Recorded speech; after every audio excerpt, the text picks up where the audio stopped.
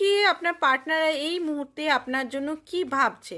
ওকে, এই মুহূর্তে আপনার পার্টনার আপনাকে কোনো মতেই নিজের থেকে দূর হতে দেবেন না, নিজেকে কন্ট্রোল করছে। একটু নেগেটিভ, একটু ইগো, একটু রাগ আপনার উপর আমি দেখতে পাচ্ছি।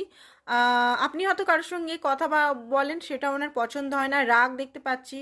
আর নিজেকে কন্ট্রোল করছে, নিজেকে বলছে না, ফোকাস করছে না যে উনি রেগে আছেন।